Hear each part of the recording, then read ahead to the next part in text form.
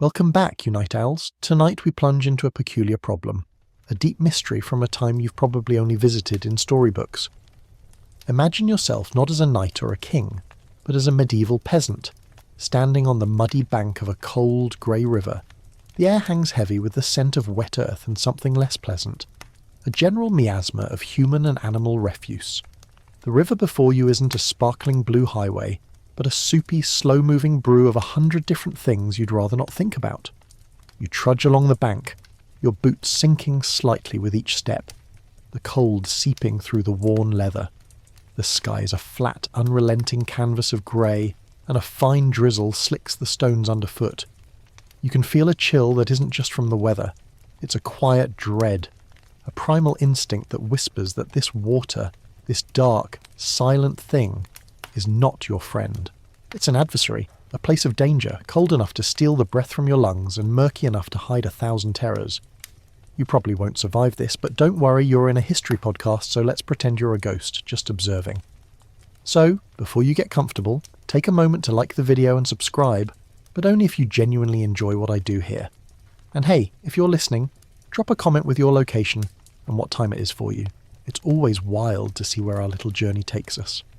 Now, dim the lights, maybe turn on a fan for that soft background hum, and let's ease into tonight's journey together. You stand there, a small figure in a vast, indifferent landscape. The world you inhabit is one of hard earth and solid footing. Water, you've learned from a young age, is something you cross on a bridge, something you drink from a well, something you avoid getting too close to unless absolutely necessary. The medieval European world was not a place of sparkling blue swimming holes and lazy afternoons at the beach. Instead, water was a hostile environment, a chaotic force of nature often seen as a place of judgment or a home for the unknown. This wasn't just a matter of comfort, it was a matter of survival.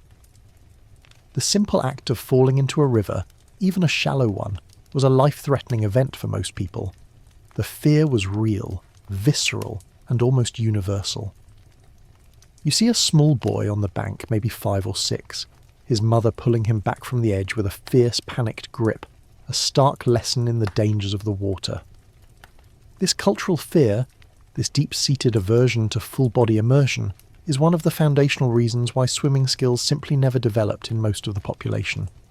This isn't just about a lack of a skill, it's about a profound absence of any motivation to learn it. Think about your own experience with water. You probably learned to swim in a clean, heated pool with a lifeguard on duty. The medieval peasant had no such luxury. Their water was a stew of agricultural runoff, human and animal waste, and industrial pollutants from rudimentary mills and workshops. A mainstream historical fact you might find in a university textbook is that medieval cities, particularly those near rivers, used their waterways as open sewers. It's a rather grim reality that makes the idea of a leisurely dip sound absolutely insane. So, not only did you not know how to swim, but the very thought of getting into the water was probably enough to make your stomach turn. Historians still argue whether the lack of swimming ability was a cause or a symptom of the widespread fear of water. Was it the fear that kept them from learning, or was the inability to swim the route of the terror? It's a classic chicken and egg scenario, but either way, the result was a society that largely stayed on dry land. You can almost smell the rancid water from where you are, a mix of mud, rot, and the vague metallic tang of who knows what. It's not just dirty, it's alive in a way that's profoundly unsettling. A quirkier tidbit you might not find in the mainstream history books is the use of water trials to determine guilt or innocence in some parts of medieval Europe. The accused would be thrown into a body of water, often a blessed pond or river, with their hands and feet bound. If they sank, it was believed the pure water had accepted them, proving their innocence. If they floated, the water had rejected them, a clear sign of their guilt. So, in a society where you couldn't swim, the inability to do so was literally proof of your virtue. The logic, of course, is completely backward, but it highlights just how ingrained the association of water with divine judgment and danger was. There's a reason you don't see medieval Europeans, in all the romantic art and literature, frolicking in rivers or splashing in the sea. The reality was much grimmer. Their relationship with water was transactional and wary. It was a resource for crops and a route for trade, but it was rarely a place for fun. You could spend your entire life living by a river, using it for drinking, for washing your clothes, for moving goods, and never once learn to navigate it with your own body. The very idea of it would seem foolish, almost like trying to fly with your arms. The danger was simply too great, the reward too small, and the social norms too firmly against it. In this cold, damp world, the river is a boundary, a barrier, a thing to be crossed, not conquered. You see a boatman pushing off from the opposite bank, his face grim with effort. He's one of the few who has to deal with the river on its own terms, and he looks like a man who knows its secrets and respects its power. Your own clothing, a simple woolen tunic and breeches, would become a leaden shroud the moment you hit the water. It's not just that it's heavy, it would absorb water and cling to you, pulling you down. Even if you were a natural swimmer, the drag would be immense. And then there's the cold. The rivers and lakes were often fed by snowmelt, making them brutally cold even in the summer months. The shock of the cold water would take your breath away, making it impossible to stay afloat, even if you weren't weighted down. It's a cascade of deadly obstacles. The weight of your clothes, the cold, the contamination, and a lack of skill that makes the situation a quick one-way trip. You're reminded that the simple, everyday life of a medieval person was far more perilous than we can imagine, and a basic skill we take for granted today was a luxury and a danger for them. This is the world we'll be exploring, a world where the water is less a playground and more an executioner. The dread you feel on the riverbank is the collective memory of a people who learned, through hard experience, to stay away from the deep end. You shiver, not just from the damp air, but from a more ancient, ingrained fear that feels as old as the hills around you. This isn't a fear of drowning in a logical modern sense.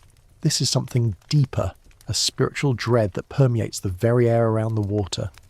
To a medieval mind, the world wasn't a place of predictable scientific principles. It was alive and often malevolent, filled with unseen forces and supernatural beings. Water, especially deep or moving water, was seen as a domain of chaos, a place where the rules of the solid known world didn't apply. It was the antithesis of the stable, God-given earth you stood on.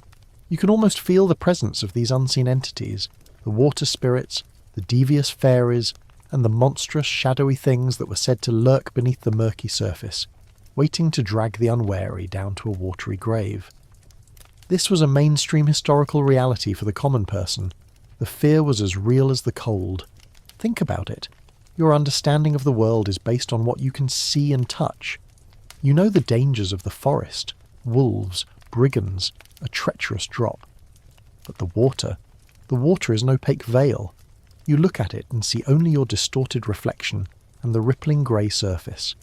What lies beneath is a complete mystery, and the human mind, especially a mind accustomed to explaining the unknown with folklore and religion, fills that void with monsters. A quirky tidbit is the legend of the Nixie, a German water spirit often depicted as a beautiful woman who would lure men to their deaths with a haunting song, or the Kelpie, a Scottish waterhorse that would entice riders before plunging into the loch. These weren't just children's stories, they were warnings. Your grandmother might have told you to never trust a stranger offering you a ride across a river on a white horse. The stories were as much a part of the landscape as the trees and the stones. This fear wasn't just folklore either. It was supported by the Church's worldview. The Great Flood was a foundational story in Christian theology, portraying water as a tool of divine wrath and judgment. It wasn't a gentle, cleansing bath. It was an act of cosmic fury that wiped out an entire civilization. So on one hand, you have the pagan, pre-Christian superstitions of water spirits, and on the other, you have the powerful message from the Church that water can be used for purification, as in baptism, but is also a dangerous, chaotic force that stands ready to consume sinners. You look at the dark water and see not just physical danger, but a moral and spiritual one. The river isn't just a physical boundary, it's a liminal space, a threshold between the living world and something else entirely. The very idea of willingly entering this domain for a bit of fun would be sacrilegious, almost a kind of spiritual suicide. So, while we might see swimming as a healthy, joyful activity, to your medieval self, it would feel a lot like tempting fate. It's a bit like playing chicken with a hungry wolf. You just don't do it because the odds aren't in your favour. And the reward? A brief moment of weightlessness in a freezing, filthy river, followed by a very real chance of being dragged under by a cramp, an undertow, or, a water demon. Why would you? The risk-reward calculus is completely broken. The fear of the deep also had a more mundane but no less terrifying component: the fear of disease. Medieval medical theories, based on the Hippocratic concept of the four humours, held that cold water could disrupt the body's internal balance. A sudden plunge into an icy river could be seen as a cause of a fever, a cough, or a more serious ailment. You'd be told that the cold would constrict your pores, trapping the bad humours and causing illness. This wasn't just a guess. It was the prevailing scientific explanation of the day. A mainstream fact often overlooked is that even in places with advanced bathhouse cultures like the Roman Empire, the fear of disease transmitted through water was a constant concern, and that concern was amplified in the germ theory-free medieval period. They didn't know about bacteria, but they did know that people who spent a lot of time in dirty water often got sick. Their conclusion? The water itself was the problem. Historians still argue whether the fear of water monsters and the fear of disease were separate anxieties, or two sides of the same coin. Did the folk tales arise to explain the illnesses, or did the fear of illness give more power to the folk tales? It's a fascinating question, but the result is the same: a society profoundly disconnected from its waterways. You watch a dog splashing playfully on the other side of the river, and a small pang of something like longing hits you, but it's quickly replaced by a sense of foreboding. The dog is a creature of instinct, unburdened by the weight of cultural and spiritual baggage. You're human, and you carry it all. The average person simply had no reason to get into a river, and every reason to stay out. The river was a boundary, a barrier, a place to be crossed quickly and cautiously. Bridges were built not just for convenience, but for safety. They were symbols of man's triumph over the chaotic, dangerous forces of nature. So, as you trudge along the bank, you're not just walking beside a body of water. You're walking along a boundary, a line between the known, safe world and the terrifying, unknown deep. You would probably never ever consider swimming, not as a child, not as an adult, not for a moment. The very thought would seem as absurd as trying to fly. There is a sort of subtle, dark comedy to the situation. Imagine explaining to someone from this era that you're going to pay a coin to go to a building with a giant heated pool inside, just to float around and splash for a while. They would probably assume you were insane or possessed.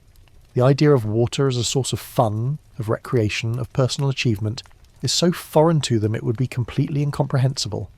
Your modern mindset, with its ideas of overcoming fear and conquering nature, is a complete aberration to the medieval mind, which was much more about coexisting with nature's dangerous forces and trying to avoid its wrath.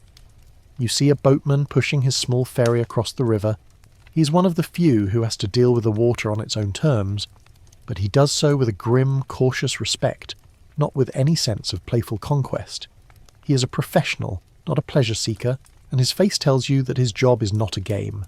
And so, you walk on, your boots squelching in the mud, the cold seeping up from the ground. The river is a constant presence, a living, breathing thing full of unseen dangers, both real and imagined. You've learned its secrets through osmosis, through the stories told by the fire, and through the way your elders hold you back from its banks. The fear of the deep isn't just a personal anxiety. It's a fundamental part of the culture, a shared understanding of a world where the lines between the natural and the supernatural are blurred, and where every ripple on the water's surface could be a sign of a waiting monster. You turn your back on the river, the fear of the deep a cold knot in your stomach, and trudge along the muddy path toward the small village. As you walk, you start to understand that it's not just the physical dangers or the spiritual dread that keep you out of the water. It's a simple, profound lack of cultural motivation. In the world you inhabit, life is defined by hard work, by the sun rising and setting on fields of grain, by the rhythm of seasons and the demands of survival. Leisure, as you know it, is a fleeting luxury, a feast day, a brief moment of rest after a long day of labour. The idea of spending time and energy to learn a skill that has no practical purpose for your daily life would be completely nonsensical. Why learn to float in the river when there's wood to chop, a field to plough, or a roof to mend? Think about the skills that are valued in your community. A good cooper, a skilled blacksmith, a strong ploughman. These are the people who are respected. Their skills are tangible, necessary for the survival of the village. Swimming is not on that list. It's not a skill that puts food on the table, builds a house, or defends a town. It's an act of questionable purpose performed in a hostile environment. A mainstream historical fact that underscores this is the sheer scarcity of written or artistic references to swimming as a leisure activity in medieval Europe. You'll find countless depictions of knights in battle, peasants at work and monks at prayer, but almost none of people swimming for fun. The art and literature of the time reflect the values of the culture, and swimming just wasn't one of them. It was a marginal activity, if it was an activity at all, relegated to the very fringes of society. This lack of cultural emphasis on swimming is a bit like a modern person refusing to learn how to juggle. It's a nice party trick, sure, but it's not going to get you a job or make you a respected member of your community. To the medieval mind, swimming was even less valuable. It was a skill for those who, by necessity, had to interact with the water, like fishermen or sailors, but it held no social cachet. A man who could swim might be viewed with suspicion, as someone who was too familiar with the dangerous unclean elements. It was not a marker of nobility or strength. It was a sign of a low-class profession, or worse, a desperate measure. Historians still argue whether the lack of swimming was a reflection of class divisions. Was it something only the poor, who lived and worked near water, had to worry about, while the wealthy could simply afford to avoid it? The evidence suggests a strong correlation. A wealthy lord could simply pay a ferryman to cross a river, while a peasant might have to find a ford or, in a pinch, wade across. But even for the peasant, the risks were often too great. The cost of a failed crossing was not just a dunking, it was your life. A quirky tidbit is the historical anecdote about Charlemagne, who according to his biographer was a skilled swimmer. But this was presented as a sign of his exceptionalism, not as a reflection of a wider cultural trend. He was the exception that proved the rule, a powerful emperor who could command both land and water, setting him apart from the common man who could barely cross a stream. You arrive in the village and see the bustling activity around you. The blacksmith's hammer rings on the anvil, a woman carries a bucket of water from the well, and children chase a stray pig. Everyone is engaged in productive, purposeful work. The concept of recreation for the sake of recreation is almost entirely absent from this world. Your leisure time is tied to community events, to religious holidays, to simple storytelling by the fire.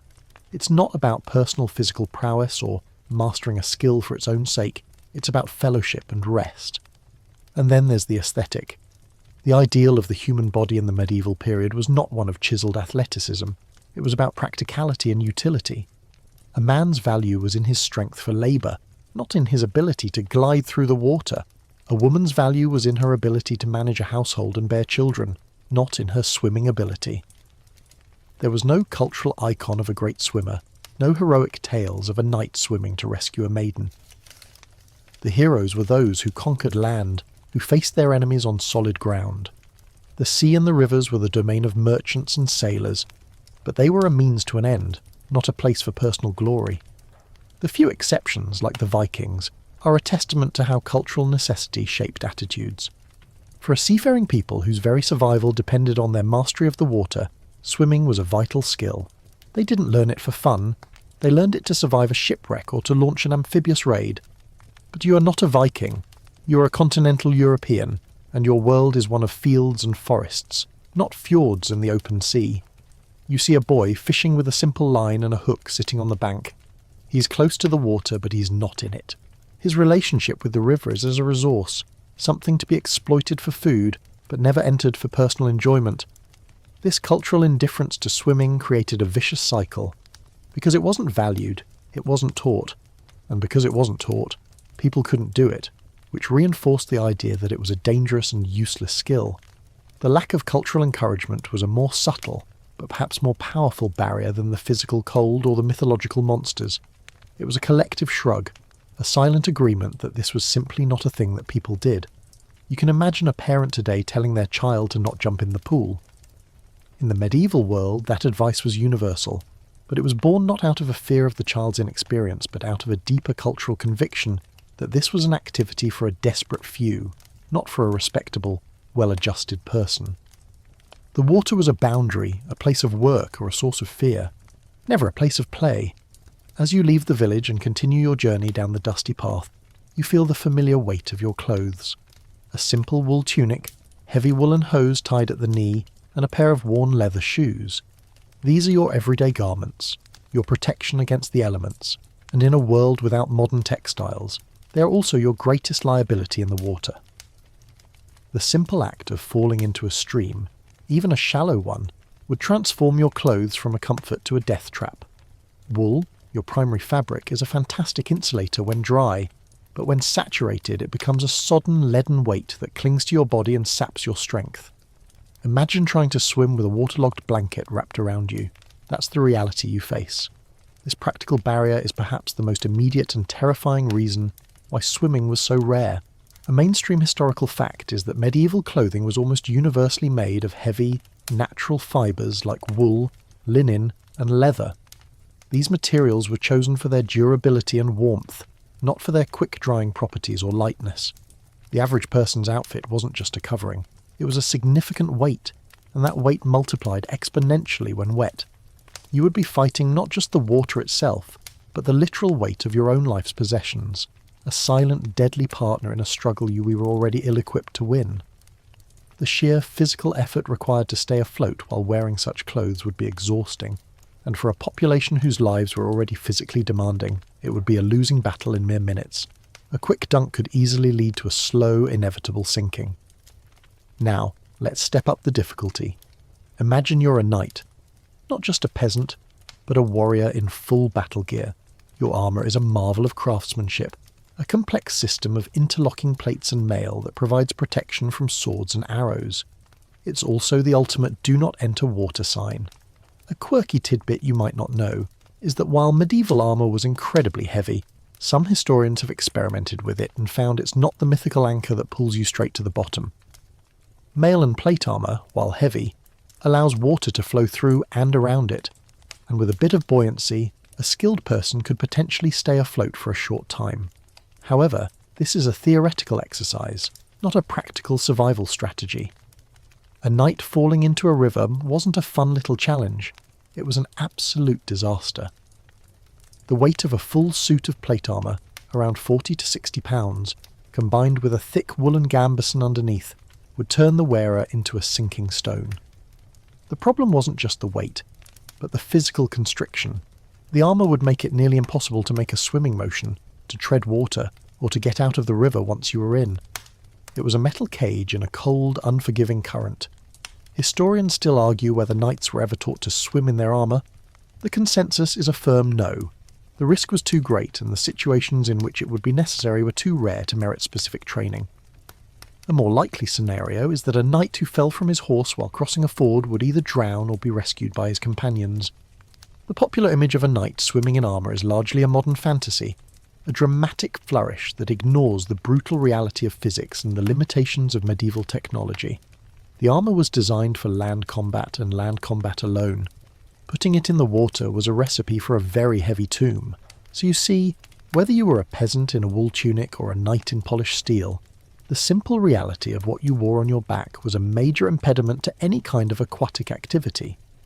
It wasn't just a matter of choice, it was a matter of survival. The clothes that kept you warm and safe on land were a direct threat to your life in the water.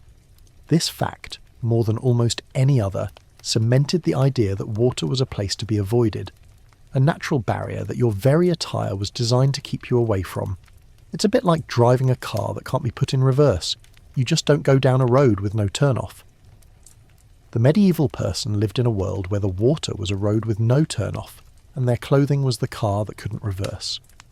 Let's take a moment to consider the sheer effort it would take to even get out of the water if you managed to survive the initial plunge. The riverbanks are muddy and slick. The footing is treacherous. Even if you were a strong swimmer, you would be fighting not only the current and the weight of your waterlogged clothes, but also the physical challenge of pulling yourself onto the bank. Your hands, numb from the cold, would slip on the wet clay. Your clothes, heavy with water, would pull you back into the current. It's a series of cascading failures, each one making the last impossible. And so, the medieval world learned to respect the water by staying as far away from it as possible. The bridges and boats were not just a convenience, they were a lifeline, the only safe way to cross from one bank to another. The story is a bit different for sailors, but even they were not known for their swimming prowess. Their ships were their homes, their only solid ground on the vast chaotic sea. If a ship went down, the chances of survival were slim, and not knowing how to swim was the least of their problems. The cold, the vastness of the sea, and the sheer chaos of a shipwreck would all conspire against them. The idea of learning to swim as a sailor was almost as absurd as a soldier learning to fly. It wasn't a skill that was useful in the moment of crisis. The only true survival was to never be in that situation in the first place. You're not a sailor, you're a land-based peasant, and your relationship with the water is even more distant. So as you trudge on, you give a wide berth to a small stream that trickles across the path, a small, insignificant thing that to your modern eye would seem like no threat at all. But to you, a medieval peasant, it is a reminder of the quiet, ever-present danger that water represents. Your clothes, your very attire are a part of that reminder. They are your armour against the cold world, and your leaden shroud in the watery one. The very idea of swimming is not just an act of defiance against nature, it is an act of defiance against the very clothes on your back, a silent, deadly contract you've made with the world. You pass the blacksmith's shop, the clang of the hammer on steel a comforting earthly sound. You've walked for hours, and the air feels thick with the dust of the road and the unwashed scent of humanity. In a modern sense, you feel a vague longing for a shower, a warm bath, a sense of cleanliness. But as a medieval peasant, this feeling is entirely foreign. Your relationship with cleanliness is not about personal hygiene in the way we understand it. It's about avoiding disease and staying alive. And in this world, that often means staying away from water. The bad bathing and hygiene habits of the medieval era weren't a matter of laziness. They were a product of cultural beliefs, flawed medical theories, and the sheer practical difficulty of getting clean. A mainstream historical fact is that while public bathhouses existed in Roman times, they largely disappeared from most of Europe during the Middle Ages. The reasons are complex, but they include the fall of the Roman infrastructure, the cost of heating large amounts of water, and perhaps most significantly, a growing cultural aversion to public nudity and communal bathing. The Church, in its effort to curb what it saw as immoral behaviour, actively discouraged communal bathing, which was often associated with debauchery and promiscuity. Bathing became a private, solitary and infrequent act, and full-body immersion was seen with suspicion. The common belief was that getting too wet could make you sick. This wasn't just a quirky tidbit of fringe belief, it was a widely held medical conviction. The medical theories of the time, rooted in the idea of humours, taught that the body was a delicate balance of four liquids: blood, phlegm, black bile and yellow bile. Getting sick was a sign that this balance was off. A common theory was that bathing in hot water could open the pores of the skin, allowing disease to enter the body and upset the humours. So instead of a hot bath being a remedy for a cold, it was seen as a potential cause. You'd be more likely to use a dry rub with herbs or a simple washing of the face and hands than to take a full bath. Your personal hygiene, in the modern sense, was virtually non-existent, and your aversion to water was a key part of your health regimen.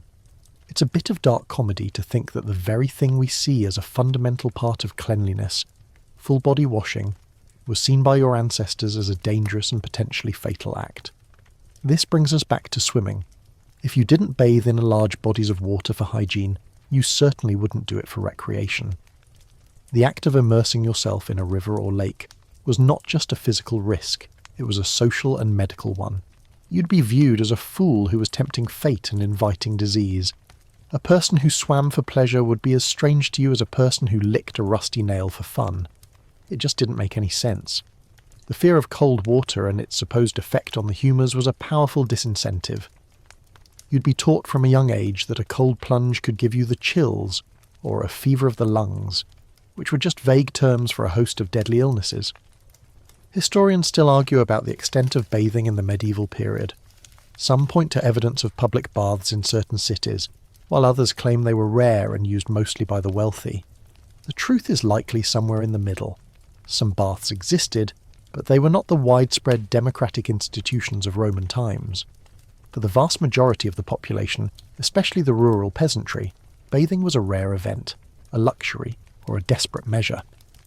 The idea of swimming for recreation would be completely alien.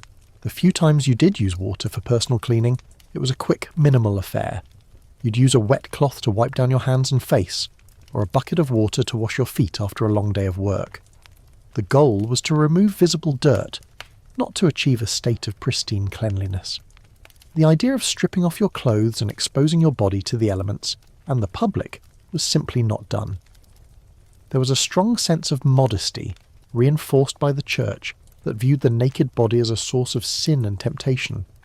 A quick, discreet washing was acceptable. A public swim was an act of immodesty and an invitation to sin.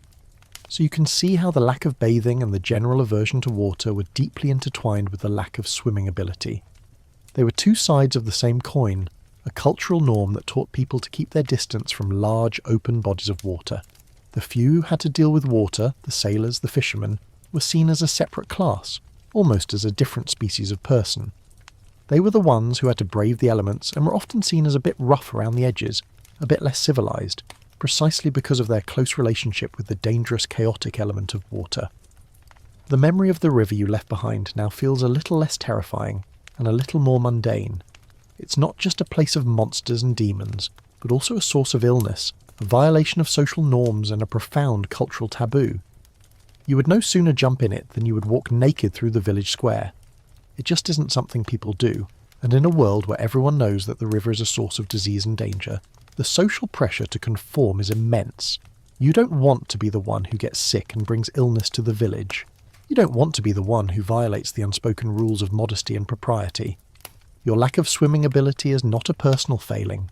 It's a badge of your conformity to the social norms and the collective wisdom of your community. As you walk, you notice a small group of children playing in a puddle on the side of the road. They're splashing and laughing, their small hands and feet a testament to a fleeting youthful curiosity about the world around them. But their parents standing nearby are watching them with a wary eye, and soon enough a mother will call her child away, a warning in her voice, and the puddle will be abandoned. The lesson is learned early and often. Water is not a place for play. It's a place for caution, for work, and for avoidance.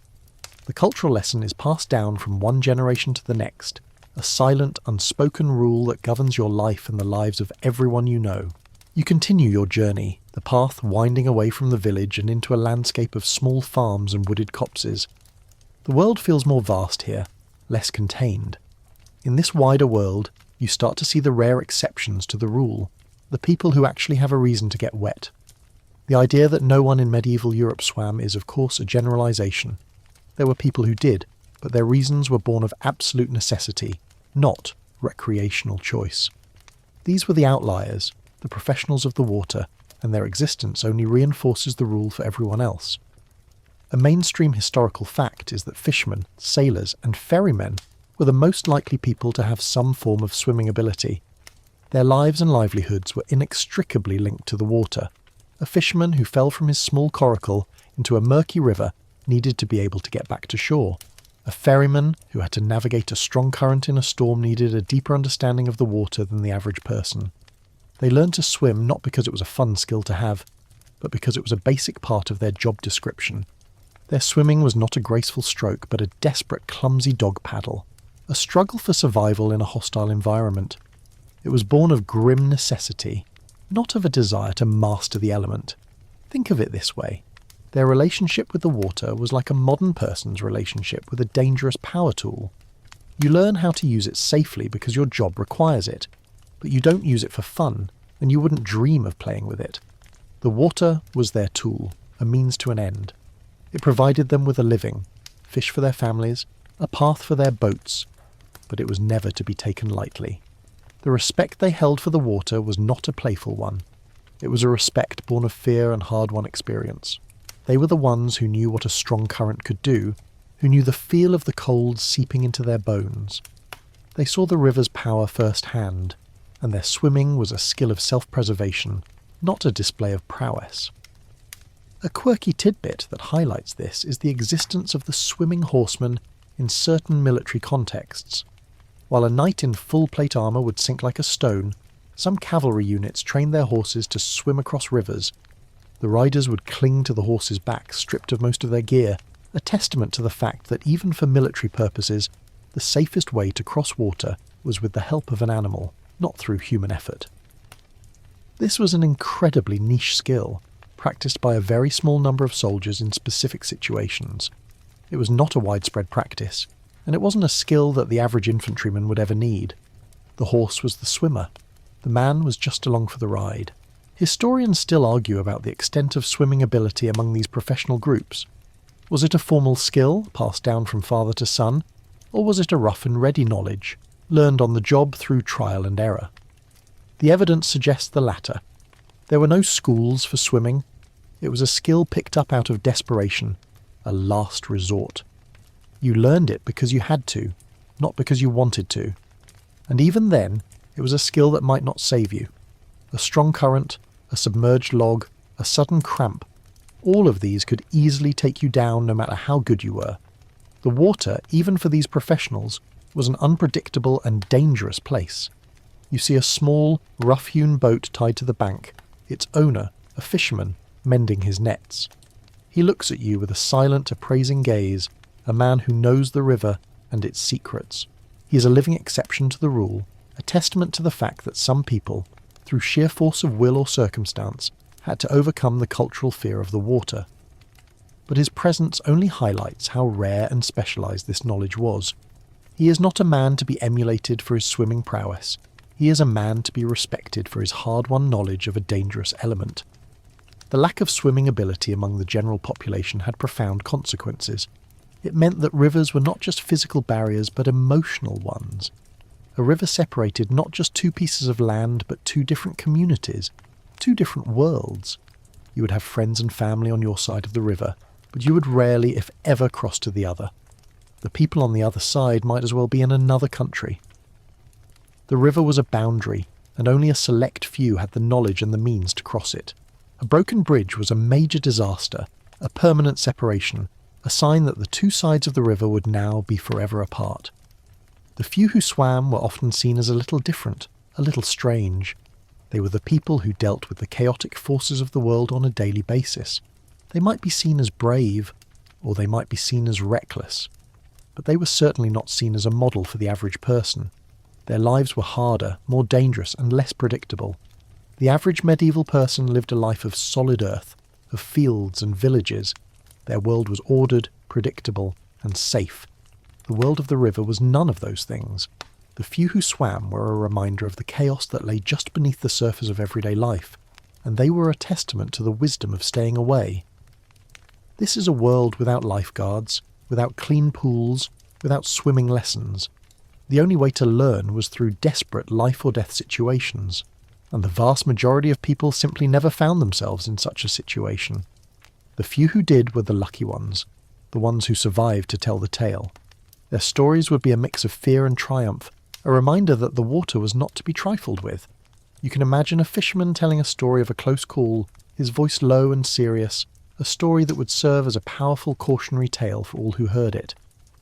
And in a world without books, without easy access to information, these stories would be the only lessons you'd ever receive about the dangers of the water. As you walk on, leaving the fisherman and his small boat behind, you begin to see how deeply water is woven into the fabric of daily life, but almost exclusively in a utilitarian transactional way. It's a resource, a tool, a barrier, but rarely a playground. The river that was a source of dread is now a part of the economic landscape, a lifeblood that moves goods and powers the most basic of industries. It is a thing to be used, not to be enjoyed. Your mind, trained to see the world in terms of its practical applications, understands this instinctively. Water's role in your world is defined by work and necessity, not leisure. A mainstream historical fact you would have learned from a young age is that rivers were the primary highways of medieval Europe. The roads were often little more than muddy tracks, but the rivers were a reliable, albeit slow, way to transport goods over long distances. You would see barges, heavily laden with grain, wool or timber, being poled or towed down the river. These boats were a vital part of the economy, linking rural communities to larger towns and cities. The river was a source of commerce, a route for trade, and a lifeline for communication. But this was a one-way relationship. The river served humanity, but humanity did not enter the river. The boatmen, as you saw, were a small, specialised group, and their job was to stay on top of the water, not to enter it. The river also powered the most important piece of technology in your world, the watermill. You can hear the rhythmic turning of the great wooden wheel in the distance, a constant soothing sound. The mill, owned by the local lord or a wealthy merchant, was where the village's grain was ground into flour. It was a place of work, of sustenance, and of economic power. The miller was a respected, or perhaps a feared, figure in the community, and his control over the mill was a powerful symbol of his place in the social hierarchy. The water that flowed through the mill's sluice gates was harnessed and put to work. It was a resource to be managed, not a place to splash around. The idea of swimming in the mill pond would be as absurd as trying to climb the miller's roof for fun. Both would be seen as a fool's errand, an act that could lead to injury or death, and a waste of time and energy. A quirky tidbit that demonstrates this utilitarian view of water is the use of river power for early industrial processes, like fulling cloth. The process of fulling involved pounding woolen cloth to make it denser and more durable. This was often done by the force of a watermill, with large wooden hammers pounding the cloth in a trough of water. The water was a crucial part of the process, but the people involved were not in the water themselves. They were managing the machinery, handling the cloth and working on the bank. The water was a force of nature, a source of power, but it was not a place of human interaction. The distinction was absolute and profound. Historians still argue whether the lack of recreational swimming was a cause or an effect of this purely utilitarian relationship with water. Did the fact that water was only used for work and transport lead people to fear it? Or did the fear of water lead to its use for only practical, non-recreational purposes? It's a question without a clear answer, but the result is a society where water is seen as a tool, not an element to be enjoyed. You can almost see the gears of this relationship turning in your mind, a silent, unspoken agreement between humanity and nature. The water gives you what you need: food, transport, power, but it demands a respectful distance.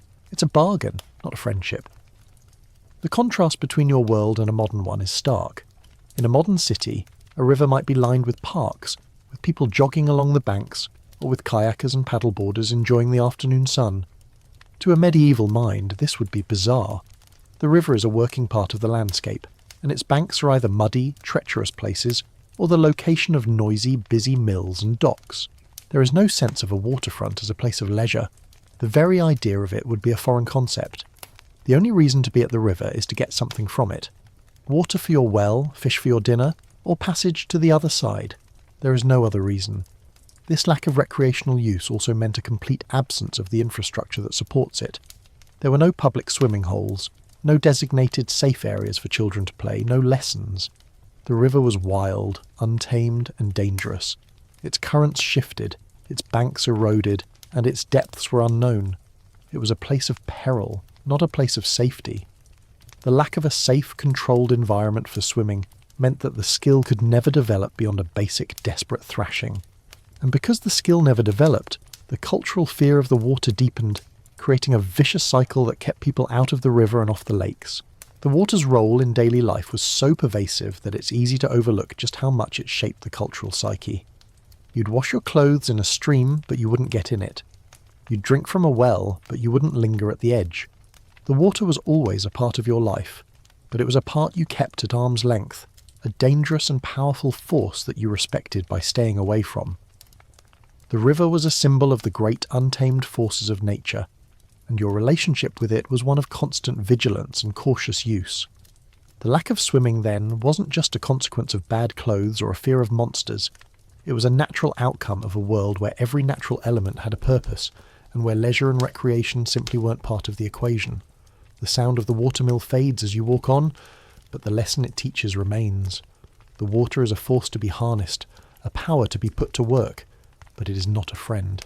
It is a thing of immense power, capable of grinding grain and moving great ships, and you, a small mortal human, have no business trying to contend with its might.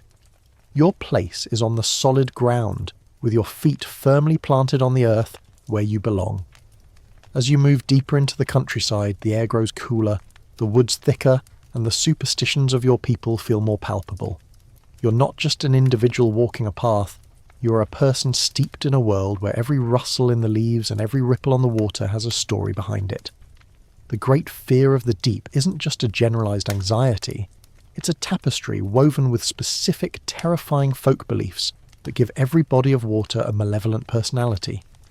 These aren't just quaint stories. They are a set of rules, a moral compass that keeps you on the solid ground. The water is a place of judgment and a home for the inhuman, and your fear of it is entirely rational within this worldview. A mainstream historical fact that illustrates this is the widespread belief in water spirits, such as the Celtic Fomori or the Germanic Nixie, who were said to dwell in rivers and lakes. These beings were often depicted as beautiful but deadly, luring people to their deaths with their captivating songs or appearances. The stories were more than just entertainment. They were cautionary tales passed down from generation to generation, serving the same purpose as a modern "don't talk to strangers" warning. You would learn from a very young age that a beautiful woman with wet hair on a riverbank, or a haunting melody carried on the wind from a lake, was a sign of danger, not a call to adventure. The very act of entering the water was seen as an invitation to be claimed by these creatures. A quirky tidbit that further deepens this fear is the folklore surrounding certain specific bodies of water. In parts of Europe, it was believed that some lakes and rivers had soul-eaters at their bottom, creatures that would consume the souls of the drowned, leaving their bodies to float as empty husks. The idea of your very essence, your immortal soul, being lost to a nameless thing at the bottom of a cold lake would be a far more terrifying prospect than simple death by drowning. This was a fear that transcended the physical. It was a spiritual dread that made you respect the water not just as a killer of the body, but as a destroyer of the soul. The river wasn't just a hazard. It was a sacred boundary that you crossed at your peril.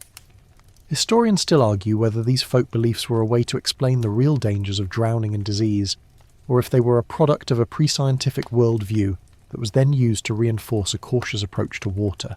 It's a chicken and egg question, but the result is a society where the water is seen as an alien world, a place of magic and malevolence that has its own rules and its own inhabitants. You would never, ever willingly step into that world without a very good reason. Your life, your soul, and your very sanity would depend on it. The fear of these unseen forces wasn't just a passive belief. It was an active force in your daily life.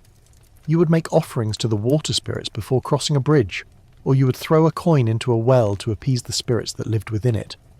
The water wasn't just a place to be avoided, it was a place to be appeased. The respect you held for it was not a scientific one, it was a spiritual one. You were a guest in its world, and you had to act accordingly. The idea of swimming in it would be like bursting into a king's court and demanding a place at the table. It was a profound act of disrespect that could only end in disaster. This fear of the supernatural also had a more mundane consequence. It kept people from attempting to rescue a drowning person. If someone fell into the river, it was often seen as a sign that the water spirits had claimed them. To attempt a rescue would be to challenge the spirits, to put yourself at risk of being claimed as well. This wasn't a matter of callousness. It was a matter of self-preservation, born of a deep-seated belief that the water had a will of its own, and you didn't want to get in its way.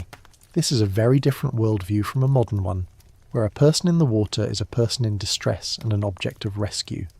In your world, a person in the water is often a person who has been chosen by the water, and their fate is sealed. The superstitions about water were a way of giving a chaotic element a narrative, a way of making the unknown a little more understandable, a little less terrifying.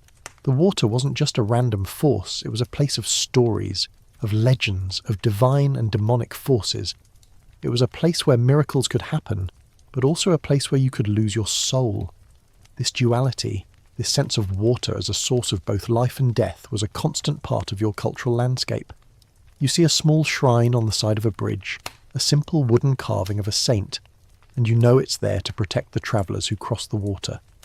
It's a reminder of the quiet, ever-present danger that lies beneath your feet. As you walk on, the woods give way to a small, still lake, its surface like a sheet of dark glass. The air is still and silent, and the silence feels less peaceful and more watchful. You would never approach it. The stories would flood your mind. The creature that lives in the depths, the souls that are trapped at the bottom, the chill that could seep into your bones and kill you. You would give it a wide berth, a sign of respect and fear. The lake is a place of mystery, of the unknown, and you are a person who lives in a world of certainties, of solid ground and predictable routines.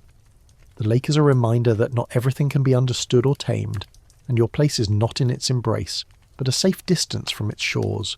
You turn your back on the silent, watchful lake, its folk tales lingering in your mind, and the path leads you to a small manor house. This is the domain of your local lord, and as you watch a group of young squires training with wooden swords in the courtyard, a thought strikes you. The knights in training are learning to fight, to ride, to joust, but they are not, as far as you can tell, learning to swim. This is perhaps the most telling fact of all. Even in a world that values skill and discipline, the art of swimming is simply not part of the curriculum. The surprising lack of formal training is not an accident. It's a profound statement about the cultural irrelevance of the skill. A mainstream historical fact is that medieval education, particularly for the nobility and the military, was highly structured and practical. A young squire would learn chivalry, horsemanship, swordsmanship, and hunting. These were the skills of a warrior and a leader. But there is almost no evidence of formal swimming instruction being a part of this training. The knight's world was one of solid ground. His battlefield was the field, his travel was by horse, and his protection was his armour. The water was a barrier to be crossed by a bridge or a ford, not an element to be mastered. The idea of a knight being taught to swim would be as strange as a modern soldier being taught to fly with his arms. It's simply not part of the professional skill set. This lack of formal instruction created a vicious cycle. Because swimming was not taught, it was not seen as a valuable or important skill, and because it wasn't seen as valuable, there was no one to teach it. The knowledge, such as it was, remained in the hands of the desperate and the few. The fisherman, the ferryman, the sailor, these were the people who learned to swim through hard-won experience, not through formal training. Their skills were a matter of survival, not a mark of social status or a learned profession. Historians still argue whether this lack of formal training was a reflection of the Church's influence, or simply a matter of practicality. Was it the Church's anti-nudity and pro-modesty stance that made formal swimming lessons in a public setting impossible? Or was it the simple fact that there was no real need for it? The answer is likely both. The cultural taboos around water and nudity, combined with the lack of a practical need, created a perfect storm of indifference that led to the complete absence of any kind of formal instruction. The skill was left to the individual to acquire on their own, and the risks of doing so were simply too great for most people to even consider. A quirky tidbit that demonstrates this is the story of the Bayeux Tapestry, which depicts the Norman invasion of England. In one panel you see Norman soldiers crossing a river. They are on horseback, their shields and lances held high, their faces grim. There is no depiction of any of them swimming. The river is a barrier to be crossed, and the method of crossing is a testament to their horsemanship, not their swimming ability. The scene is a visual representation of the medieval attitude toward water. It is a challenge to be overcome with skill and equipment, not with personal physical ability. The horse is the hero, not the man. The few who did have some rudimentary swimming ability would have learned it in a very different way than a modern person. There were no instructors, no flotation devices, no safety precautions. The lessons were a matter of trial and error, a series of failed attempts and near drownings that either taught you to swim or killed you. The water was a cruel and unforgiving teacher, and its lessons were often fatal. It's a bit of dark comedy to think of a medieval parent trying to teach their child to swim. It would be a terrifying and dangerous process, one that most parents would simply not risk. It was easier and safer to simply teach your child to stay away from the water. This lack of formal training also meant that there was no body of knowledge about swimming. There were no textbooks, no treatises, no how-to guides. The knowledge of how to swim was a private, unwritten thing, passed down through whispers and example, not through structured lessons. The skill itself was a mystery to most people, something that others knew, but that you never learned. It was a bit like a secret handshake or a hidden code. You were either in on it or you weren't, and most people weren't. And so, as you watch the young squires in the courtyard, you understand a little more about their world. They are training for a life of purpose and power, but that purpose is on solid ground. The skills they are learning are practical, a matter of life and death, and they are learning them in a controlled, safe environment. The idea of them venturing into the wild, untamed river to learn a skill they would never need is simply absurd. Their education, their very lives, are a testament to the idea that the water is a place to be avoided, a place of danger and chaos, and that the only true skill is the one that keeps you on dry land. The path to a knight's knighthood is a path of mud and dust. not of waves and currents. You think about your own world, where children are taught to swim as a matter of course, where it's seen as a basic life skill, and the contrast is profound. To you, the water is a friend, a source of fun and exercise. To your medieval self, it is an enemy, a force to be feared and respected. The difference is not just about technology or culture, it's about a fundamental shift in our relationship with the natural world. We have tamed the water, put it in pools, chlorinated it, and made it safe. They had to deal with it on its own terms, and the terms were not in their favour. The lack of formal training is not just a detail. It's the key to understanding a world where a simple skill we take for granted was a dangerous and often deadly luxury. You leave the Lord's Manor, the sounds of training fading behind you, and your mind turns to the quiet, ever-present force that shapes so much of your world, the church. Its influence is everywhere, in the bells that toll the hours, in the holidays that punctuate the year, and in the moral codes that govern your life. And when it comes to swimming, the church's stance on modesty and nakedness is a powerful, unspoken deterrent. The idea of stripping down and exposing your body in public, a necessary step for swimming, was not just a social taboo, it was a sin. This religious and cultural barrier was a key reason why swimming remained a rare and suspect activity. A mainstream historical fact is that the Christian Church, particularly after the fall of the Roman Empire, began to view the naked human body with suspicion, associating it with sin and temptation. In the Roman world, communal bathing was a common everyday activity, but the Church saw these public baths as places of debauchery and immorality, and their decline was partly a result of this new, more ascetic worldview. The body was a vessel for the soul, and it was to be treated with modesty and covered with clothes. Exposing it, especially to strangers, was a sign of a lack of piety and a source of potential sin. This moral code extended to all aspects of life, and it had a profound impact on how people viewed their bodies and their relationship with water. Think about it. To swim, you must first shed your clothes. In a world where modesty is a virtue, this act would be a profound violation of social norms. It would be an act of immodesty, an invitation to temptation, and a rejection of the moral guidance of the Church. You can almost hear the stern voice of the local priest, warning you against the sins of the flesh and the dangers of exposing your body to the world. A quirky tidbit that demonstrates this is the way bathing was depicted in medieval art. When it was shown at all, it was often in private settings, with the figures discreetly covered or with a sense of shame. There was none of the joyful communal depiction of bathing that you might see in Roman art. The body was something to be hidden, not to be celebrated or used for recreation. Historians still argue about the precise degree to which the Church's influence led to the decline of bathing and swimming. Was it a top-down mandate from the Pope, or was it a bottom-up movement of piety from the people? The truth is probably a little of both. The Church provided the moral framework, and the people in their piety adopted it. The result was a culture where the naked body was a source of shame, and the act of swimming, which required public nudity, was simply not done. This religious barrier also had a practical consequence. It meant that there was no place for communal swimming. Public pools, which were already a practical impossibility, were also a moral impossibility. The idea of men and women swimming together, or even separately but in a public place, was a non-starter. The cultural norms simply wouldn't allow it. And without a safe, controlled place to learn to swim, the skill could not be passed down from one generation to the next. The Church's view on nakedness was, in a very real way, a barrier to learning that was as powerful as the cold water and the heavy clothes. So as you walk on, you understand that your lack of swimming ability is not just a physical failing, it is also a moral and spiritual one. The water is a place of danger, the body is a source of sin, and your clothes are a symbol of your piety. To swim would be to violate all of these unspoken rules, to put your body at risk, and to tempt fate in a way that would be seen as foolish and disrespectful. You're a person who belongs on the solid ground, with your clothes on, in a world that is ordered and safe. The water is a place of chaos and temptation, and your best defence is to stay away from it. The irony of this is a bit of dark comedy. The same water that is used for the sacred rite of baptism, a ritual of purification and rebirth, is also seen as a source of sin and danger.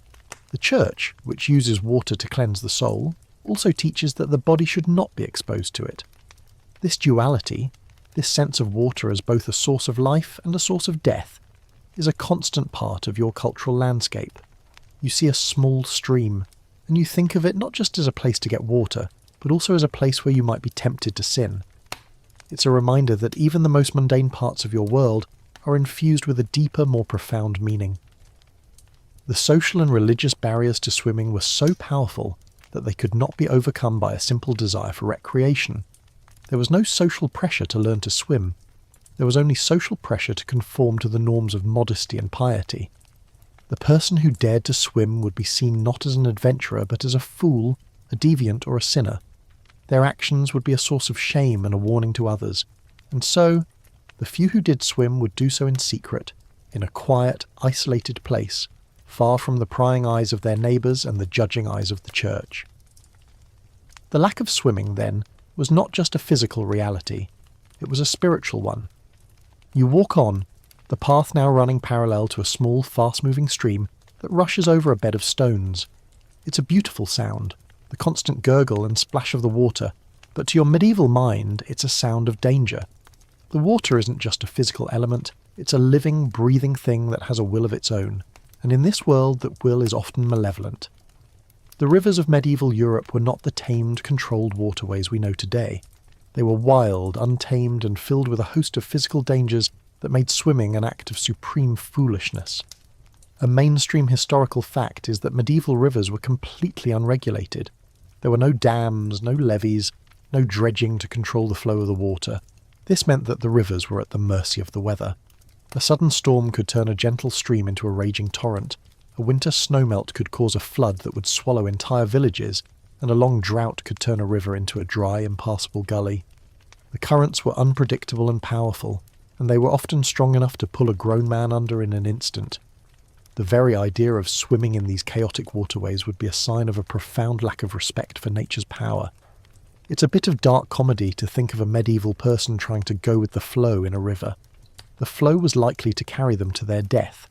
The rivers were also filled with hazards that we don't have to deal with today. There were submerged logs, jagged rocks, and whirlpools that could suck a person down. The banks were often muddy and treacherous, making it impossible to get a foothold if you fell in. A quirky tidbit that demonstrates this is the historical account of the river tolls in some parts of Europe. These were not just taxes on goods. They were often paid to the local lord who would have his men clear the river of dangerous debris and maintain a small ferry or bridge.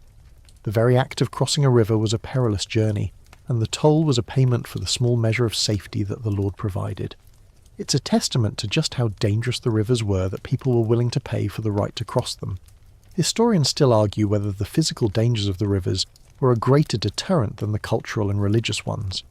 Was it the fear of drowning that kept people out of the water, or was it the fear of disease and sin? The answer is likely both. The physical dangers of the rivers were a constant visible threat, a powerful empirical reason to stay away from the water.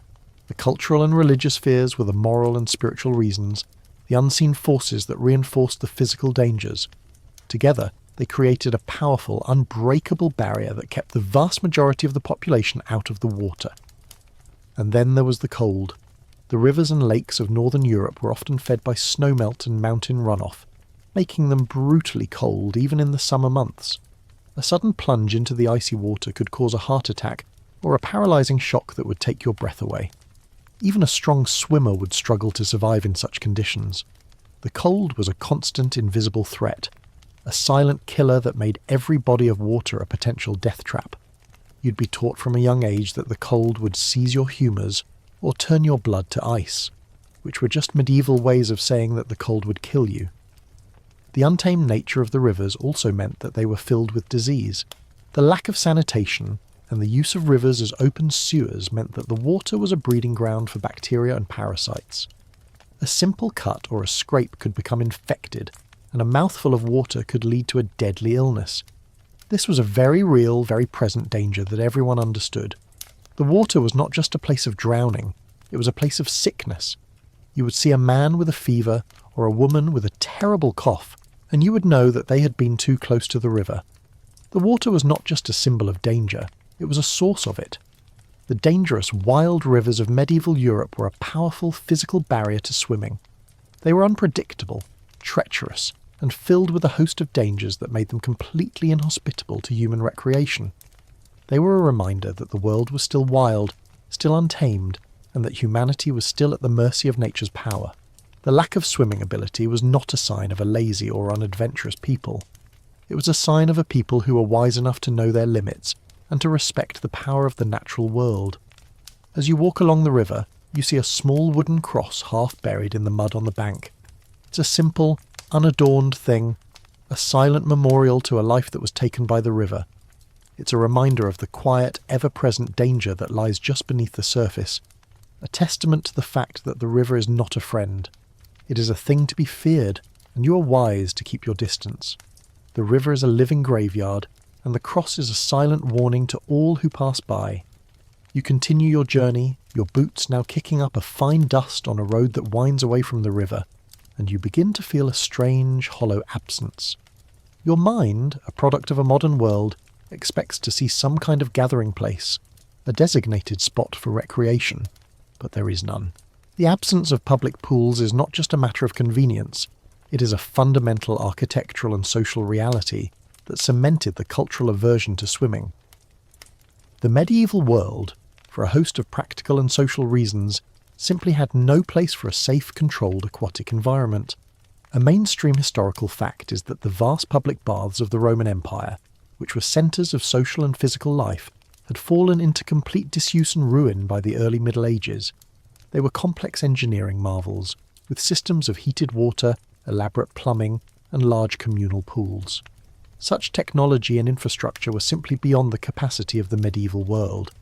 The knowledge to build and maintain them was lost, and the resources required were too great.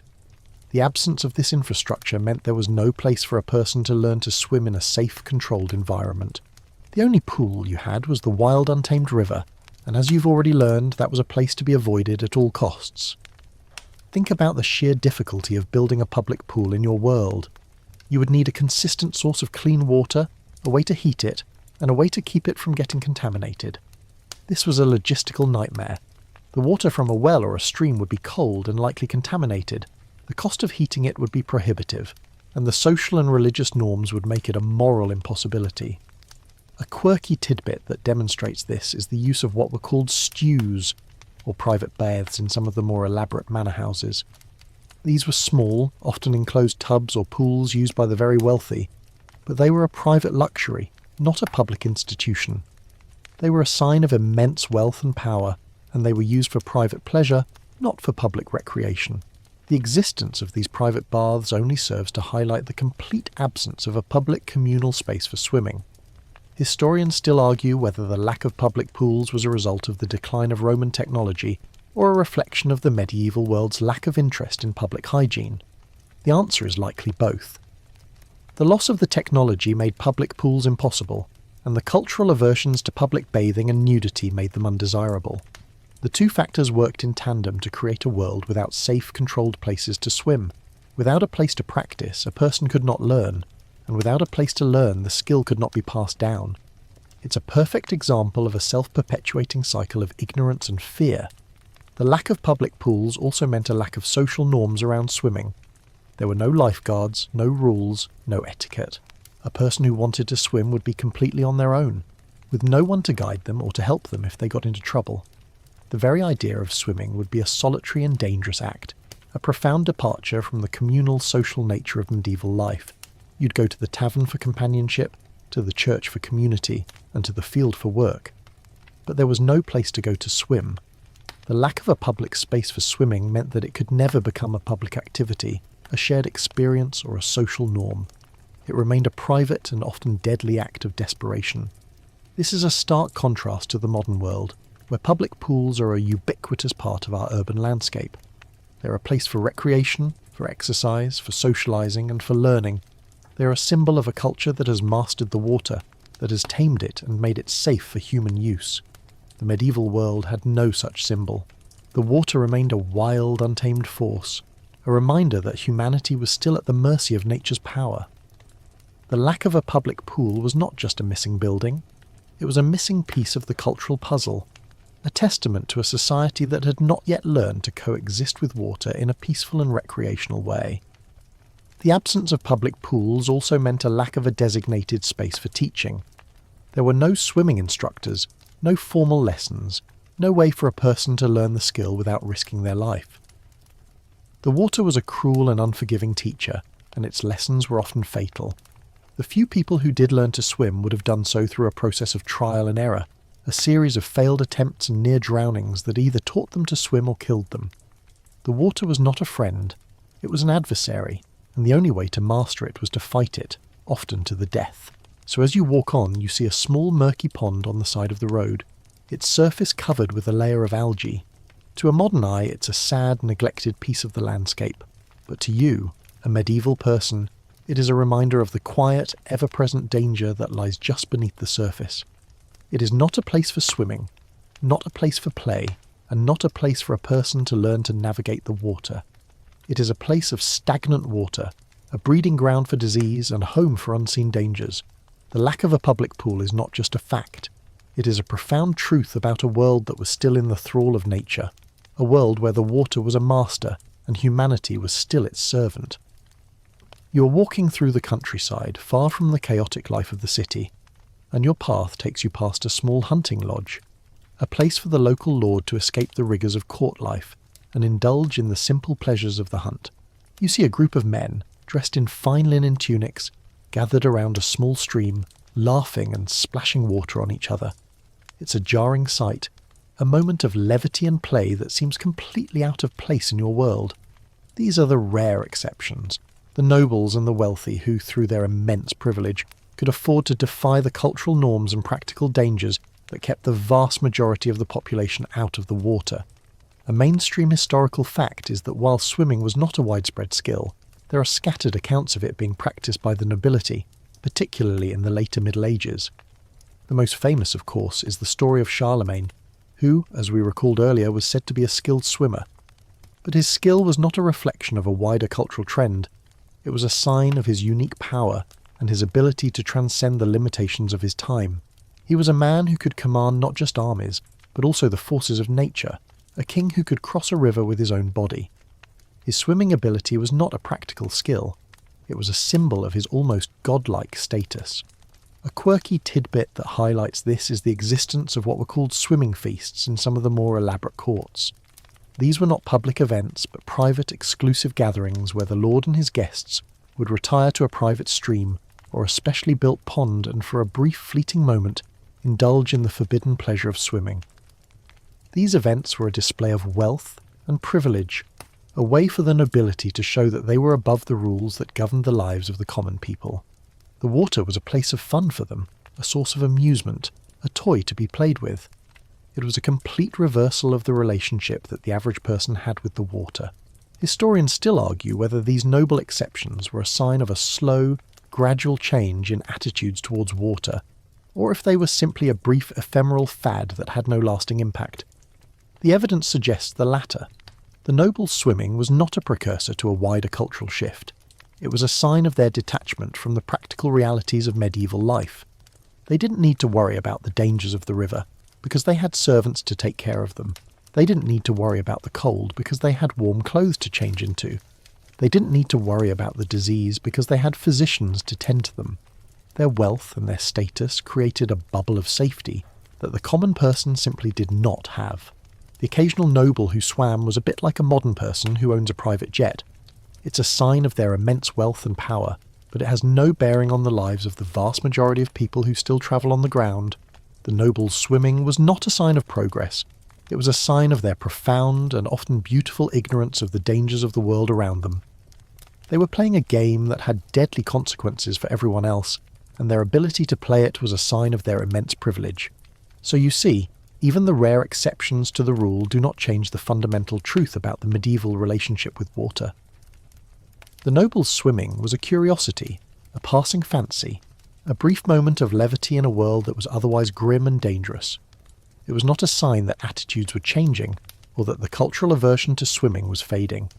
It was a sign that the social and economic divisions of the time were so profound that the wealthy could afford to live in a different world, a world where the water was a source of amusement, not a source of dread.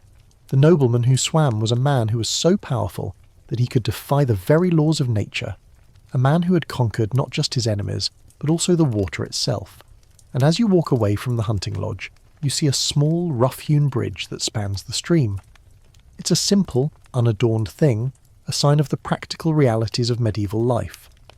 The stream may be a place of fun for the lord and his friends, but for you, a common person, it is a barrier to be crossed with caution. The bridge is a symbol of that caution, a testament to the wisdom of staying on the solid ground, and a reminder that for every noble who dares to defy nature, there are 100 peasants who are wise enough to respect it. The noble's swimming was a beautiful lie, a fantasy that had no place in the real world. The real world was one of cold, muddy rivers, of heavy, waterlogged clothes, and of a profound and often deadly respect for the power of nature. The noble's swimming was a brief, beautiful moment in a world that was otherwise grim and dangerous. It was a sign of their power, but it was not a sign of a new beginning. The medieval world was one of fear, and the noble's swimming was a testament to the fact that even the most powerful could not escape its thrall. The lesson is a quiet but profound one. The world is divided not just by class and power, but also by knowledge and fear. The noble could swim because he could afford to be ignorant of the dangers. The common person could not swim because they were all too aware of them. The water was a great equalizer, a force that could kill a king as easily as it could a peasant. But the noble had a way to cheat, a way to defy the odds, and their swimming was a sign of that power. You walk on, leaving the nobleman's playful world behind, and your mind settles back into the grim but familiar reality of the medieval body. Your understanding of health and sickness is not based on germs or bacteria, but on a more ancient and far more poetic concept, the balance of the four humours. This medical theory, a mainstream historical fact, taught that the human body was a microcosm of the universe, a delicate balance of four liquids: blood, phlegm, black bile and yellow bile. A person's health was a reflection of the state of these humours, and a sickness was a sign of an imbalance. This belief system had a profound and often deadly impact on a person's relationship with water. The prevailing medical wisdom was that cold water, especially when you were warm from exertion, could cause a sudden and violent shift in your humours. It was believed that the cold would constrict the pores of your skin, trapping the bad humours and causing a fever, a cough, or a more serious ailment. A sudden plunge into an icy river wasn't just a physical shock, it was a medical one. It was an act that could upset the very balance of your body, a profound and dangerous act that could lead to a swift and painful death. This wasn't just a folk belief, it was the scientific consensus of the time. You would be taught this from a young age, a lesson as ingrained as the Lord's Prayer.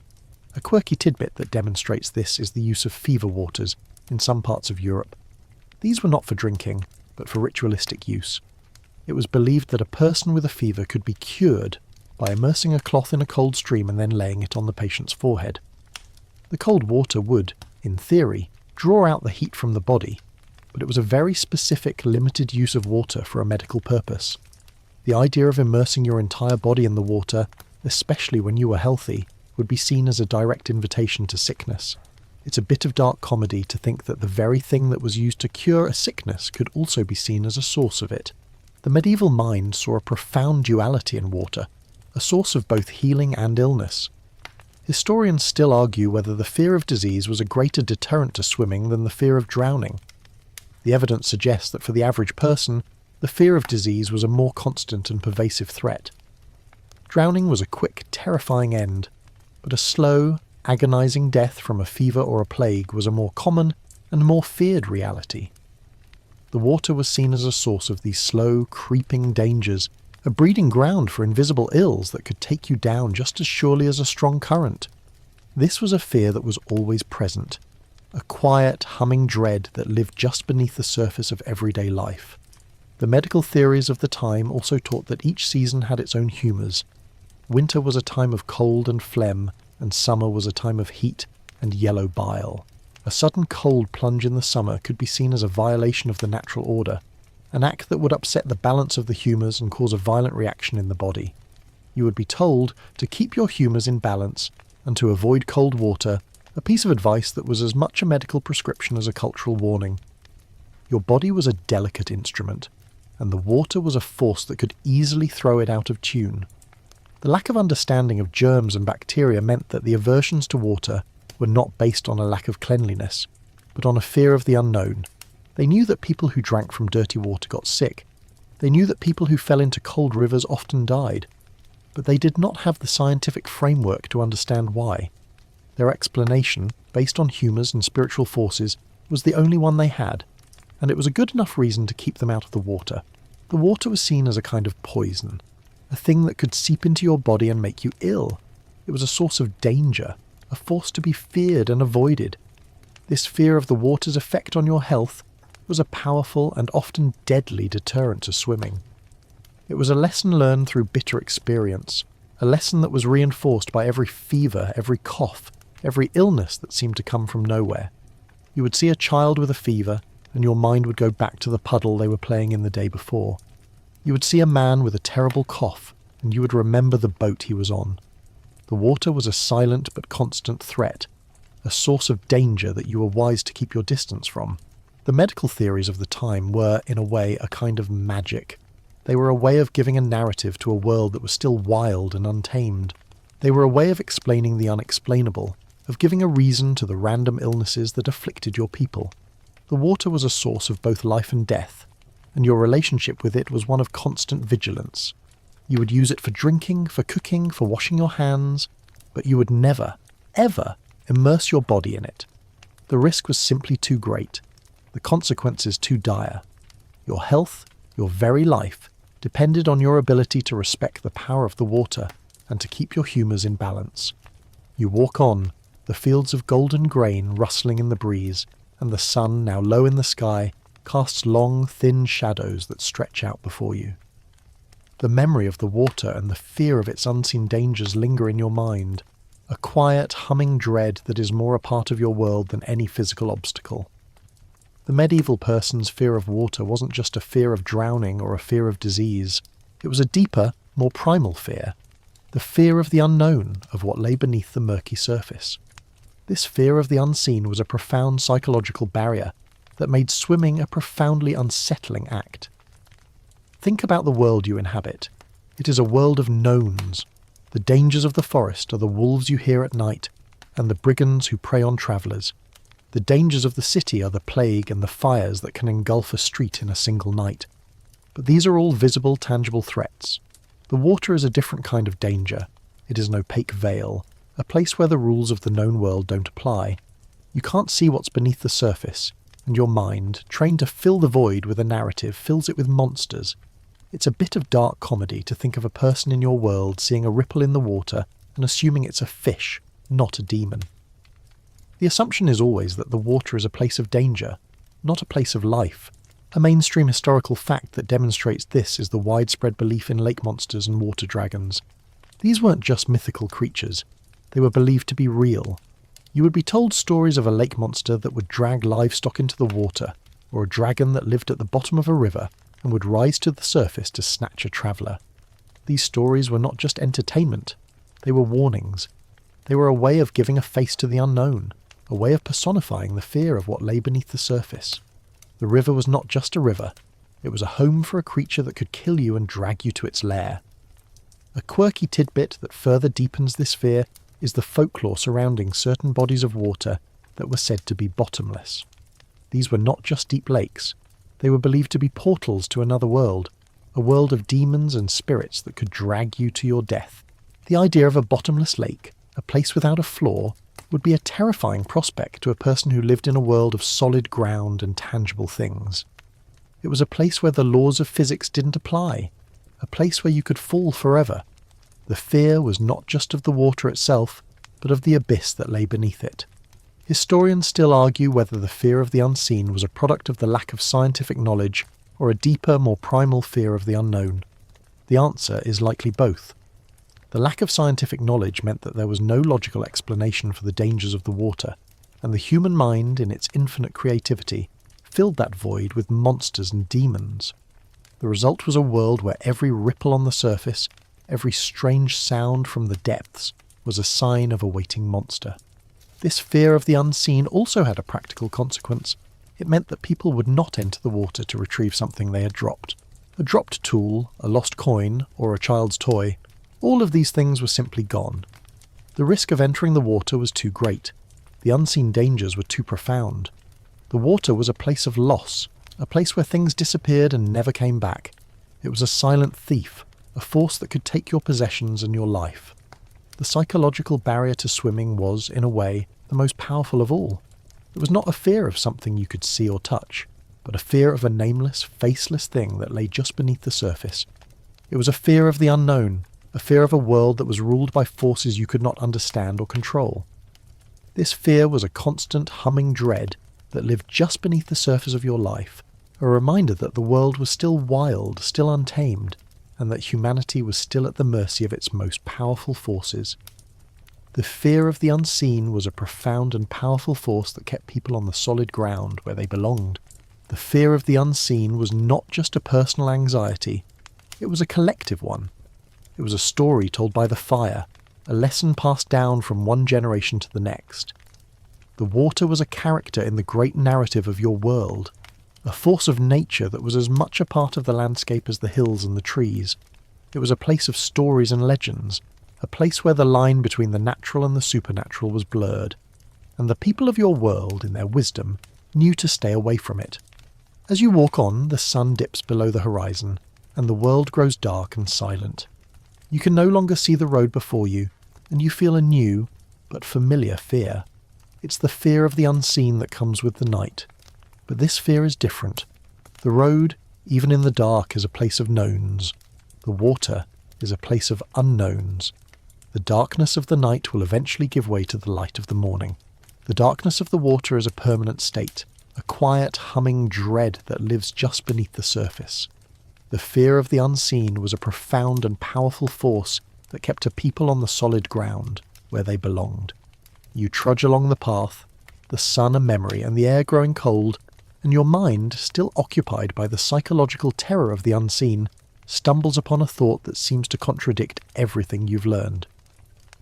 You recall a distant story, a tale of a people from the far north, a people who, in your world, are feared and revered in equal measure.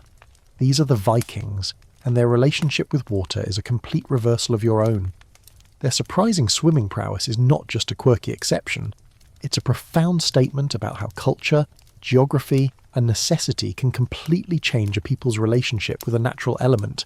A mainstream historical fact is that the Vikings, a seafaring people from Scandinavia, were known for their strong swimming abilities. This wasn't a matter of recreation, it was a matter of survival. Their entire way of life was based on the sea. They were raiders, traders, and explorers who travelled vast distances in their longships. A storm, a shipwreck, or a surprise raid could put them in the water in an instant, and their ability to swim was the difference between life and a watery death. For them, swimming was not an act of desperation. It was a basic life skill, as essential as rowing or sailing. It was a skill that was passed down from one generation to the next, a lesson learned from a young age that the sea was a place of both opportunity and danger, and you had to be prepared for both. Think about the sheer audacity of their way of life. They were a people who, by their very nature, were at war with the elements. They braved the open sea in their longships, facing storms, ice, and waves that would swallow a lesser vessel. Their ability to swim was a testament to their profound understanding of the sea, a recognition that it was a force to be respected, but also a force that could be mastered. They didn't see the water as a source of supernatural evil or a breeding ground for disease. They saw it as their home, a place of power and potential. Their relationship with the water was a transactional one. It gave them a route to riches and new lands, and in return they learned to master its waves and its depths. A quirky tidbit that demonstrates this is the Viking practice of swimming duels. These were not just races, but tests of strength and endurance where two men would compete in the water, a testament to the importance of the skill in their culture. The winner was not just the faster swimmer, but the stronger one, the man who could endure the cold and the exhaustion of the struggle. This was a cultural norm, a sign of a man's strength and his ability to survive in the wild, untamed world of the sea. It was a complete reversal of the medieval Europeans' view of water. To a Viking, a man who couldn't swim was a man who was not to be trusted on the open sea. Historians still argue whether the Vikings' swimming prowess was a result of their geography or a reflection of a deeper, more fundamental difference in their culture. The answer is likely both. Their proximity to the sea and their reliance on it for their very survival made swimming a necessity. but their culture, which valued strength, courage, and a profound respect for the forces of nature, also made it a virtue. They were a people who did not fear the unknown, they embraced it. They were a people who did not run from the storm, they sailed into it.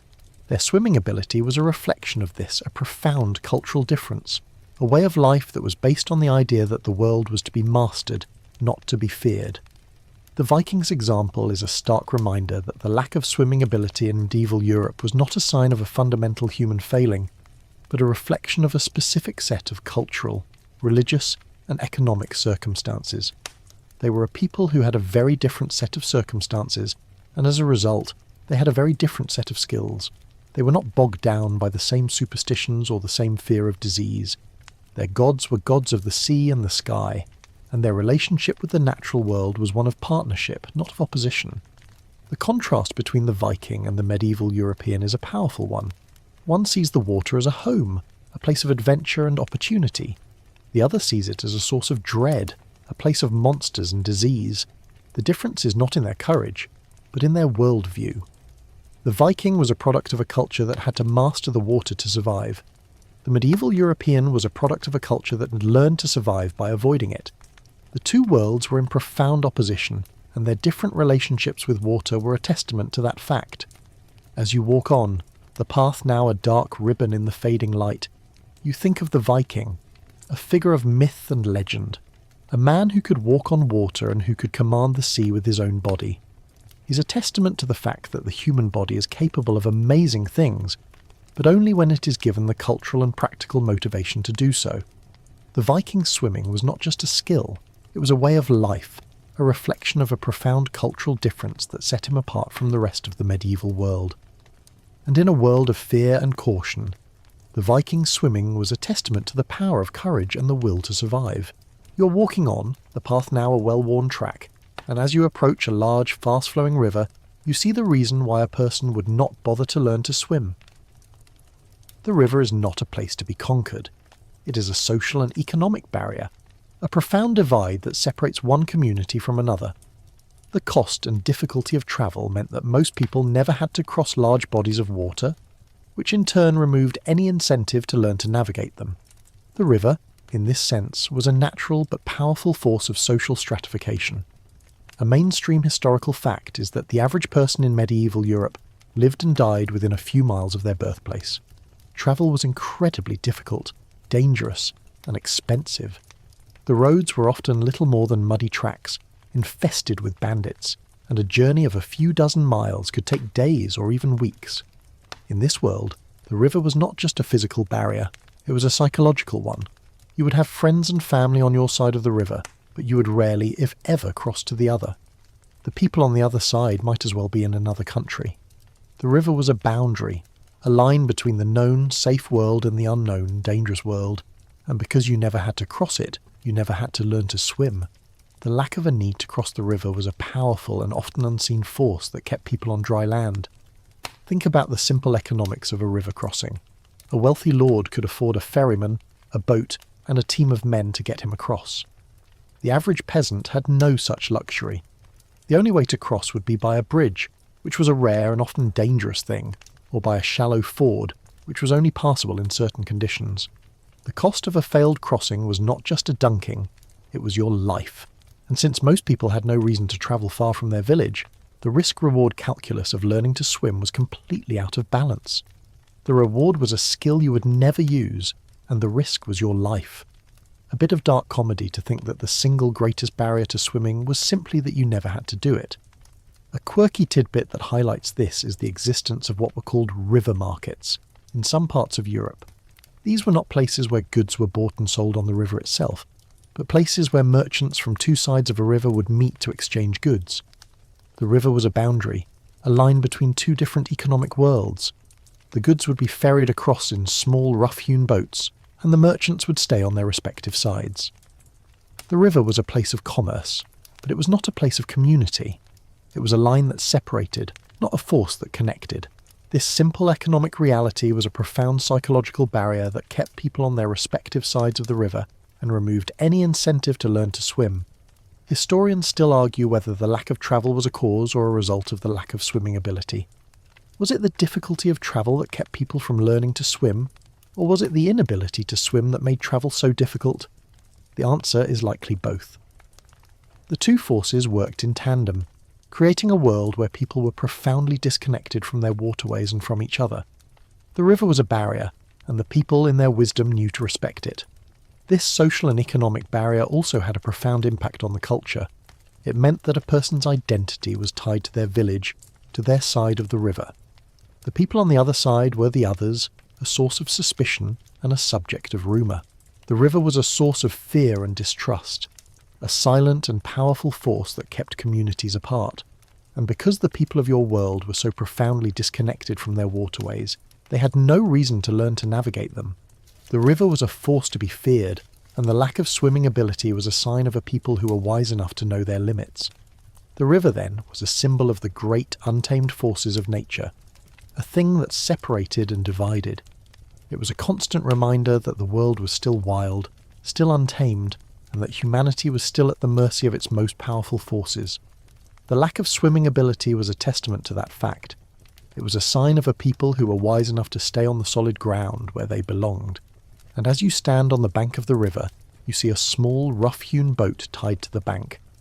It's a simple, unadorned thing, a sign of the practical realities of medieval life. The boat is a testament to the fact that the river is a place to be crossed with caution, not a place to be entered for recreation. The boatman, a grim-faced man with a strong, sinewy body, is a testament to the fact that the river is a place of work, not a place of play. He's a man who knows the river and its secrets, and his face is a testament to the fact that the river is not a friend. The social and economic barrier to swimming was a powerful and often unseen force that kept people on dry land. It was a force that was stronger than any physical danger, more powerful than any superstition. It was a force that was rooted in the very fabric of medieval life, in the poverty, the difficulty of travel, and the profound disconnection between communities. The river was a symbol of that disconnection, a silent and powerful force that kept a people on the solid ground where they belonged.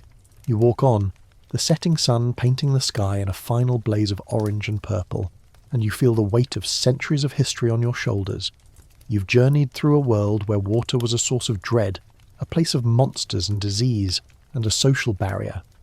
As you approach the edge of the world you know, the final river, you see the lingering legacy of this deep-seated fear. The medieval Europeans' relationship with water was not a passing fad. It was a profound cultural reality that left an enduring mark on European attitudes towards water for centuries to come. The fear you feel is not just your own. It is the collective memory of a people who learned, through bitter experience, to respect the power of the water and to stay on the solid ground. A mainstream historical fact is that even as Europe entered the Renaissance and the Age of Discovery, the cultural aversion to swimming and bathing remained largely unchanged. While exploration and trade brought Europeans into contact with cultures that had different relationships with water, the deep-seated fears and superstitions lingered. The great explorers, the sailors who braved the open sea, were a special class of people, not a reflection of a wider cultural trend. The average person in a European city would still be suspicious of the water, still associate it with disease and danger. The fear of water was a powerful cultural inertia, a force that was harder to overcome than any physical barrier. Think about the sheer force of this inertia. For 1,000 years, you've been taught that water is a source of death and disease, a place of demons and monsters, and a violation of social norms. This is not a belief you can simply unlearn in a single generation. The stories of the Nixie and the Kelpie would be told long after people stopped believing in them as literal truths. The fear of disease would linger long after the discovery of germs. The cultural aversion to public nudity would remain a powerful force for centuries. The lingering legacy of fear was a powerful and often unseen force that kept people on dry land. A quirky tidbit that demonstrates this is the fact that many European cities that had once had a Roman bathhouse culture had completely lost the architectural and engineering knowledge to rebuild them. The knowledge was not just lost, it was seen as irrelevant. Why build a bathhouse when no one wants to bathe? The very idea would be absurd. Historians still argue whether the lingering legacy of fear was a primary cause of the slow adoption of swimming as a recreational activity, or if it was a secondary effect of the more immediate practical and social barriers. The evidence suggests that the lingering fear was a powerful force in its own right, a quiet, humming dread that lived just beneath the surface of everyday life. The fear of water was a profound and powerful force that kept people on dry land where they belonged. The memory of the wild, untamed rivers, of the heavy clothes that could pull you down, and of the social and religious taboos all combined to create a powerful, unbreakable barrier that kept people from learning to swim. The lingering legacy of fear can be seen in the very language you speak. Words like undercurrent and undertow have a sense of unseen danger, of a hidden force that can drag you down. We still use phrases like out of your depth and in over your head to describe a situation that is beyond your control. These are not just figures of speech, they are a reflection of a deep collective fear of the water that has lingered for centuries. The language is a silent but powerful testament to a time when water was a source of dread, not a source of fun. The final lesson is a quiet but profound one. The world you inhabit is a world that has been shaped by its relationship with water. The fear of the water, the lack of swimming ability, the cultural aversions, all of these things have had a profound impact on the way you live, the way you think, and the way you see the world. The river is not just a river. It is a symbol of a deeper, more profound truth. It is a symbol of a world that was still wild and untamed, a world where humanity was still at the mercy of nature's power. The lingering legacy of fear is a testament to that fact. It is a reminder that the world is not always a safe place, that there are forces that are stronger than you, and that the only true wisdom is to know your limits and to respect the power of the water. You stand on the bank of the final river, the moon now high in the sky, casting a silver light on the dark, rippling water. The river is a boundary, a line between your world and the world that lies beyond it. You can see the lights of a distant village on the other side, a small cluster of warmth and life in the cold, dark world. But you do not cross. The river is a boundary, and you are wise enough to respect it. You are a product of your world, a world that has learned to survive by staying on the solid ground. The script ends, the sounds of the night, a distant owl, a rustle in the leaves, fade to a soft, calming hum. You are no longer a person in a distant medieval world. You are here, in your own bed, safe and sound. The air is warm, the bed is soft, and the world is a place of comfort and security. The fears of the medieval world, the cold water and the heavy clothes and the unseen monsters are just a story, a whisper from a distant past. The water is a friend, a source of life and of fun, and the world is a place of safety and peace. Now, dim the lights, maybe turn on a fan for that soft background hum, and let's ease into tonight's journey together. The river you just crossed was a symbol of a world that was still wild and untamed, a world where a person was at the mercy of nature's power. But your world is different. The water is a friend, a source of life and of fun, and the world is a place of safety and peace. The memory of the cold water and the heavy clothes and the unseen monsters is just a story, a whisper from a distant past. You are safe. You are warm. You are on the solid ground. Sleep now and let the quiet currents of your dreams carry you to a place of peace and rest. The journey is over, the story is told, and the river is just a river. The fears of the past are gone, and you are here, in your own bed, safe and sound.